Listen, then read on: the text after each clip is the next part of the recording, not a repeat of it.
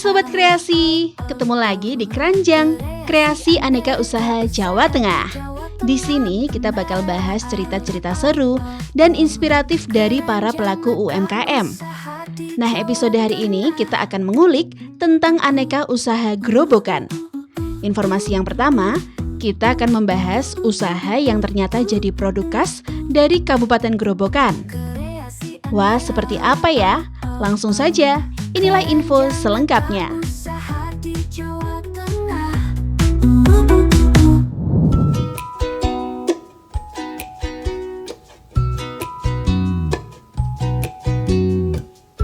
Hai Sobat Kreasi, siapa nih yang gak bisa memulai hari tanpa ngopi? Buat sebagian orang, sehari tanpa ngopi rasanya kayak lagu Bang Rhoma Irama, alias bagai taman tak berbunga. Hahaha. Tapi ada juga sih yang merasa was-was karena habis ngopi, asam lambung malah gak bisa dibendung.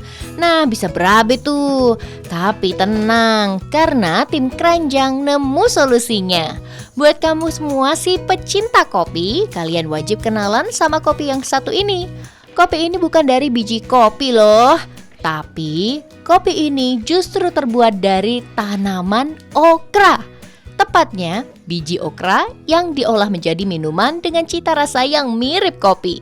Iya, tanaman okra yang biasanya kita tumis atau kita sajikan dalam sup. Nah, itu tuh menarik kan?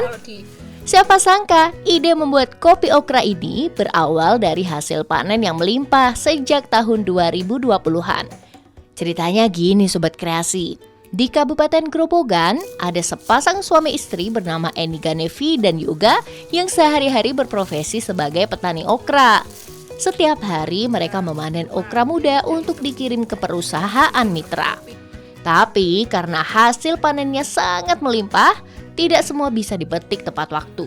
Akibatnya, sebagian okra bertambah tua dan tidak lagi memenuhi standar penjualan. Akhirnya, daripada terbuang percuma, Eni dan suaminya lantas menyulap biji okra itu menjadi secangkir kopi yang kini sukses jadi produk andalan mereka. Wih, keren banget ya! Pertama kali itu saya terinspirasi membuat kopi biji okra itu karena adanya okra yang sudah tua itu biasanya sama teman-teman petani sesama okra itu dibuang begitu aja. Jadi semacam limbah. Maka dari itu saya lihat-lihat, dengar-dengar kok biji okra itu bisa dibikin kopi pada waktu zaman Belanda dulu ya. Nah, maka dari itu saya coba untuk beli di online. Ternyata kok rasanya nggak enak seperti itu. Namanya biji okra, enaknya apa ya? Saya mempunyai inovasi-inovasi biar disukai rasanya dengan masyarakat umum dengan rasa yang enak. Maka dari itu saya terus berinovasi-inovasi, ternyata menemukan suatu rasa yang pas.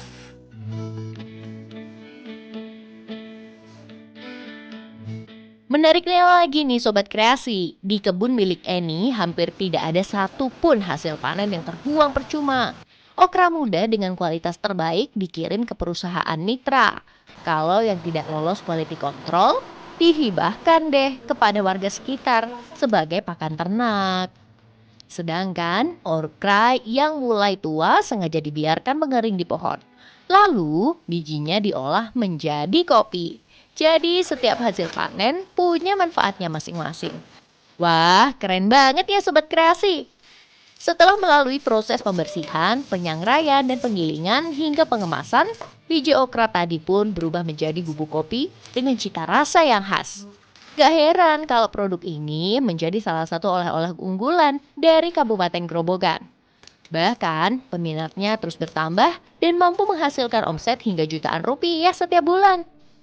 Perbedaannya itu ya jelas, kalau kopi okra itu mesti manfaatnya itu kalau sudah pernah minum biji okra ya, itu mereka sudah mempunyai keinginan untuk beli lagi dan minum lagi. Karena apa? Satu, untuk menyehatkan badan, meningkatkan stamina itu. Orang sekarang paling tidak kalau sudah merasakan enak di badan itu kan mereka oh iya ini kan enak, terus di badan kok bisa rasanya kok enteng, terus badanmu kok biasanya darah tinggi kok ini turun, kan otomatis mereka mencari ini, apalagi yang punya sakit-sakit lambung itu mesti cari ini. Aku sebenarnya suka kopi, tapi kopi kan banyak kafeinnya, tapi kalau kopi okra kan non kafein. Di balik secangkir kopi okra yang kaya manfaat ini, ada satu hal yang menarik untuk dicontoh nih. Annie selalu berusaha melihat peluang dari sesuatu yang sering dianggap tidak bernilai. Baginya, limbah bukan berarti akhir dari sebuah hasil panen. Justru dari sanalah muncul ide dan peluang usaha yang memberikan nilai tambah. Jangan sekali-sekali kamu mempunyai perasaan, kalau saya bikin produk ini orang banyak sekali yang jualan pasti tidak laku. Jangan. Harus mempunyai suatu motivasi, suatu dorongan, ini pasti laku. Nanti apa yang kamu ucapkan, apa yang kamu pikirkan, itu pasti terjadi. Mindset kita itu laku, tetap nanti laku. Tapi kalau mindsetmu sudah tidak laku, tetap tidak laku. Sobat Kreasi, dari sebuah kebun okra di Kabupaten Grobogan, ini membuktikan bahwa nilai sebuah hasil panen tidak berakhir saat tidak lagi lolos pasar. Melalui kreativitas dan kemauan untuk terus belajar, biji okra yang dulunya hampir terbuang kini bisa disulap menjadi produk bernilai ekonomi. Karena terkadang peluang terbesar bukan hanya datang dari apa yang kita cari, melainkan dari apa yang berani kita olah menjadi sesuatu yang lebih berarti. Kreasi aneka usaha di Jawa Tengah. Keranjang aneka usaha di Jawa Tengah. Kreasi aneka usaha di Jawa Tengah. Keranjang aneka usaha di Jawa Tengah.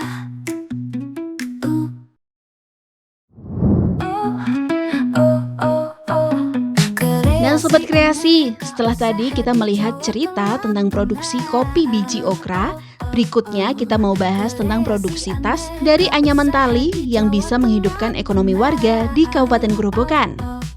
Wih, ada cerita inspiratif apa ya? Langsung saja, ini dia informasinya.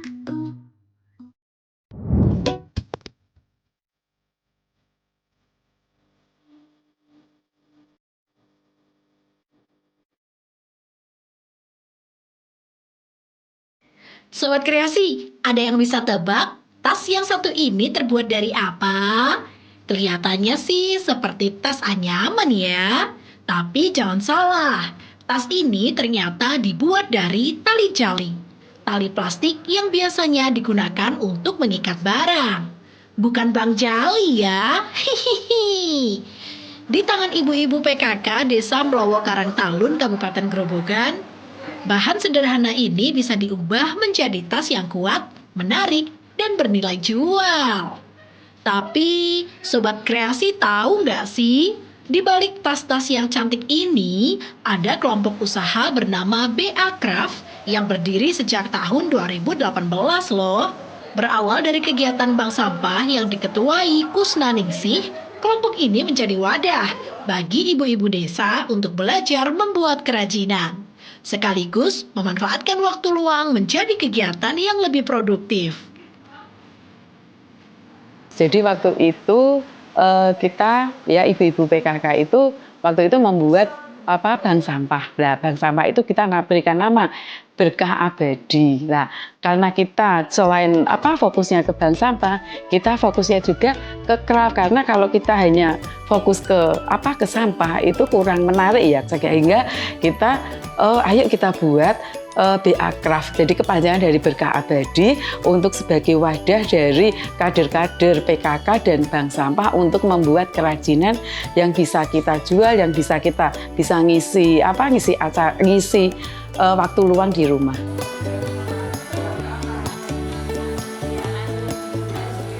Menariknya, seluruh tas ini dibuat oleh ibu-ibu rumah tangga yang sehari-hari berprofesi sebagai petani loh Sobat Kreasi. Di sela aktivitas mengurus keluarga dan bekerja di sawah, mereka menyempatkan waktu untuk merangkai tali jali menjadi tas yang memiliki nilai ekonomi. Proses pembuatannya pun fleksibel. Para anggota tidak harus berkumpul setiap hari. Saat ada pesanan, mereka datang ke balai desa untuk mengambil bahan baku, lalu mengerjakannya dari rumah masing-masing. Cara ini membuat mereka tetap bisa menjalankan aktivitas sehari-hari tanpa menghentikan produksi tas. Untuk pemasaran kami, gedok tular itu tadi saya yang pertama gedok tular, yang kedua itu kita lewat medsos. Ada apa? Tapi kita belum punya khusus untuk medsos sendiri, misalkan IG atau Facebook, tapi hampir semua karena kita ada 10 orang mempunyai Facebook, mempunyai IG, jadi mereka bisa menyebarkan sendiri-sendiri via melalui medsos mereka. Terus yang ketiga, saya tetap sosialisasi atau untuk pelatihan dari desa ke desa untuk pembuatan tas ini. Jadi mereka secara tidak langsung itu akan melihat, oh ternyata di desa kami ada pembuatan tas dari tas tali jali. Besarnya peluang pasar inilah yang membuat 10 anggota PKK tertarik bergabung. Karena bagi mereka, BA Craft dapat menjadi ruang untuk menambah penghasilan, sekaligus memperkenalkan potensi desa Mlowo Karangtalun menjadi karya yang mereka hasilkan. Sejak bergabung di BA Craft, kita mendapatkan pengalaman dari membuat tas jali, terus kita mendapatkan pendapatan karena banyak waktu luang kita bisa bergabung di BA Craft. Sangat membantu sekali karena setelah bergabung di BA Craft kita mendapatkan pesanan dan mendapatkan keuntungan dari menjual tas itu. Biasanya itu untuk uang jajan sekolah anak-anak.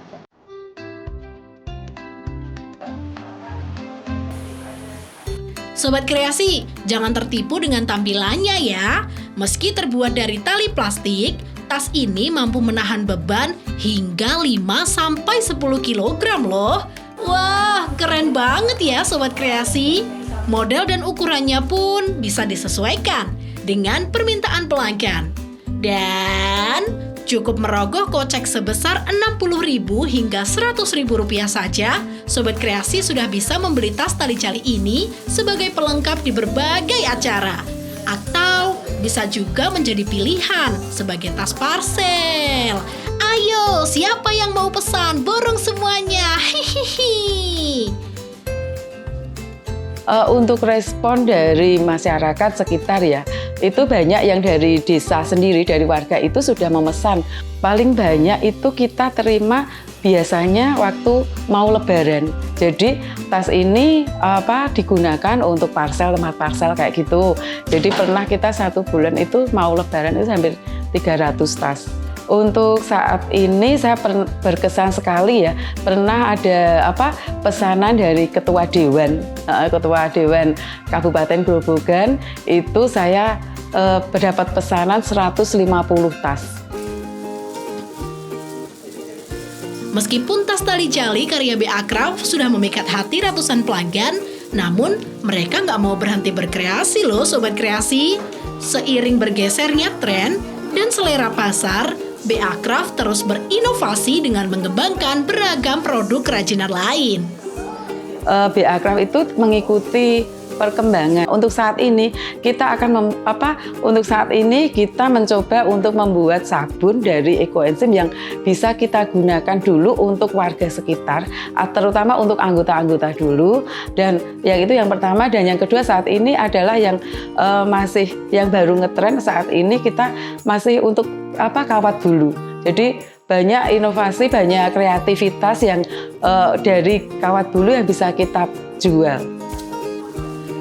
Bagi BA Craft, berkarya berarti terus belajar dan berani mengikuti perkembangan zaman. Dari sebuah desa di ujung Kabupaten Grobogan, BA Craft menunjukkan bahwa sebuah usaha tidak hanya butuh keterampilan, tetapi juga kemauan untuk terus berinovasi. Saat tren berubah, mereka pun ikut berbenah tanpa meninggalkan semangat berkarya. Siapa tahu, dari tangan-tangan kreatif ibu-ibu desa Mlowo Karangtalun akan lahir lagi produk-produk unik yang siap mencuri perhatian pasar. Kreasi aneka usaha di Jawa Tengah. Keranjang aneka usaha di Jawa Tengah. Kreasi aneka usaha di Jawa Tengah. Keranjang aneka usaha di Jawa Tengah.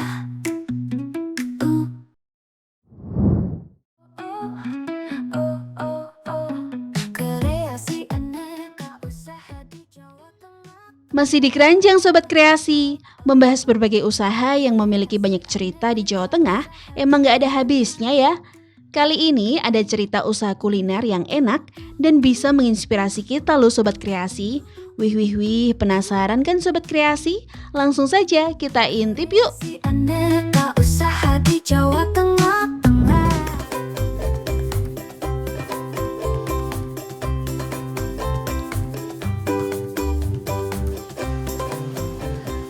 Sobat Kreasi, ada yang bilang kalau sudah jadi ibu rumah tangga pilihannya cuma dua, mengurus rumah atau bekerja di luar. Tapi kalau bisa produktif dari rumah, kenapa harus memilih? Di Kabupaten Grobogan, ada seorang ibu yang bisa membuktikan bahwa dapur rumah pun bisa berubah jadi tempat lahirnya sebuah usaha. Namanya Dapur Erni. Dari sinilah beragam masakan, mulai dari nasi hingga kue dan roti, diproduksi. Menariknya lagi nih Sobat Kreasi, sang pemilik bukan cuma sukses membangun usaha, tetapi juga aktif berbagi ilmu agar semakin banyak perempuan berani memulai usahanya sendiri. Saya ikut suami ke Jakarta dari mulai 2011. Di sana karena dari awal saya itu pekerja, dari pagi harus berangkat kerja, pulang malam. Jadi di Jakarta itu saya orang kampung. Karena orang kampung itu melihat kemacetan di Jakarta itu sudah pusing dulu. Saya sudah berpikir gini, saya pengen usaha di rumah, tetap produktif, tetap bisa ngomong anak. Akhirnya waktu itu bikin puding sama risol, sosis Solo sama itu. Saya suka sifon. Terus akhirnya berkembang. Akhirnya saya balik ke sini. Waktu itu bingung mau ngapain. Terus saya bilang suami saya almarhum itu punya kenalan di rumah kreatif ini ya. Aku pengen ngajar di situ gitu. Terus akhirnya ditawarin di situ, ibu bisa nggak bikin pastry gitu. Oke, saya bisa gitu. Akhirnya saya ngajarlah di situ. Ternyata lebih ke roti-roti seperti ini, roti manis, terus brownies. Pokoknya lebih ke ini, ngajar lebih ke roti-roti karena zaman tahun itu kan corona ya. Pokoknya corona waktu itu Prodedi itu belum ada pengajar. Saya dipandang karena dari Jakarta, terus belum umum lah di sini. Akhirnya rame waktu itu 2000. Pokoknya corona itu 2 tahunan lah.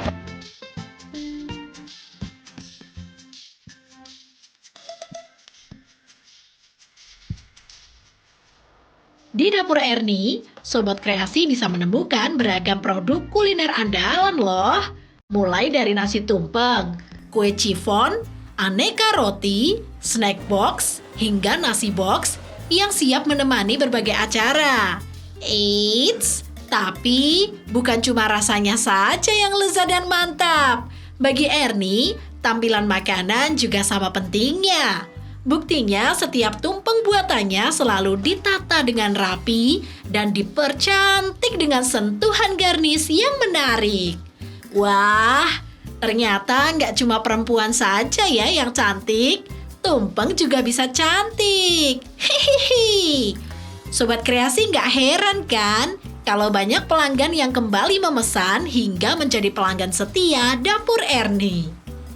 Satu ciri tumpeng saya itu lain daripada yang lain. Kalau orang bikin tumpeng kan asal ditaruh plek. Nah, kalau saya kan ada nilai estetiknya tuh ini, oh iya ini selain enak, cantik seperti itu. Saya mencoba seperti itu. Ibaratnya tumpeng saya itu beda dengan yang lainnya. Tapi alhamdulillah terkenalnya malah ya itu tadi.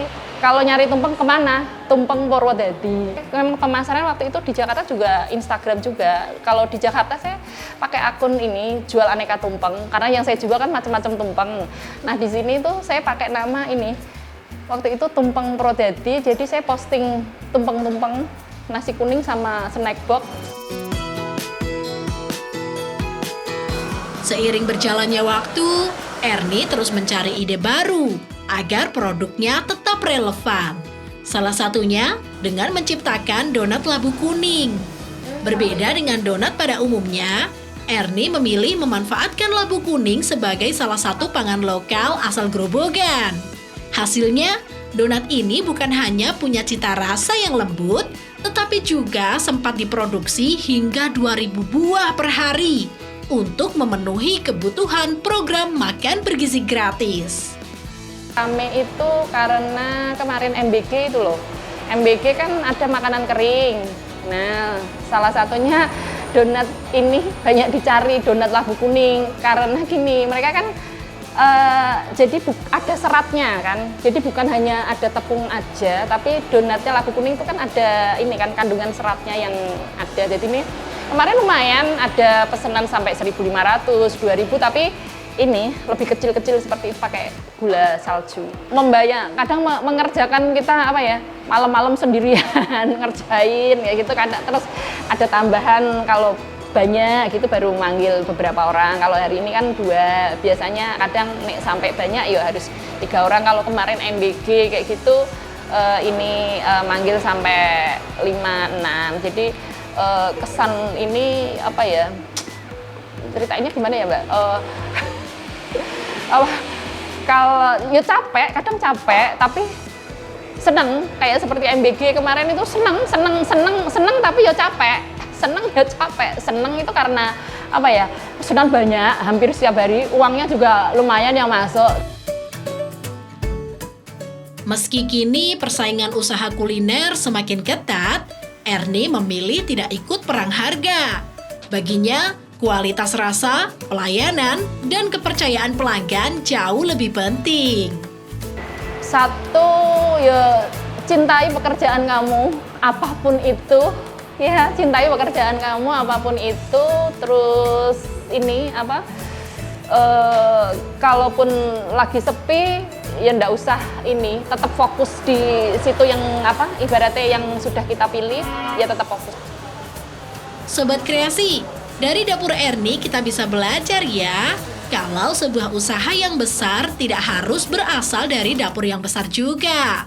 Cukup berawal dari niat untuk tetap produktif, kemauan terus belajar, dan keberanian mencoba hal baru.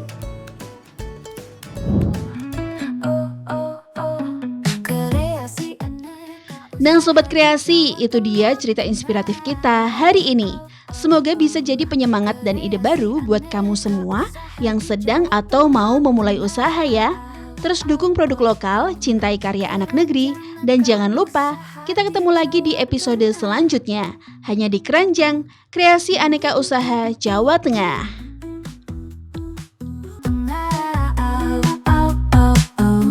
Keranjang Aneka Usaha di Jawa Tengah. Keranjang Aneka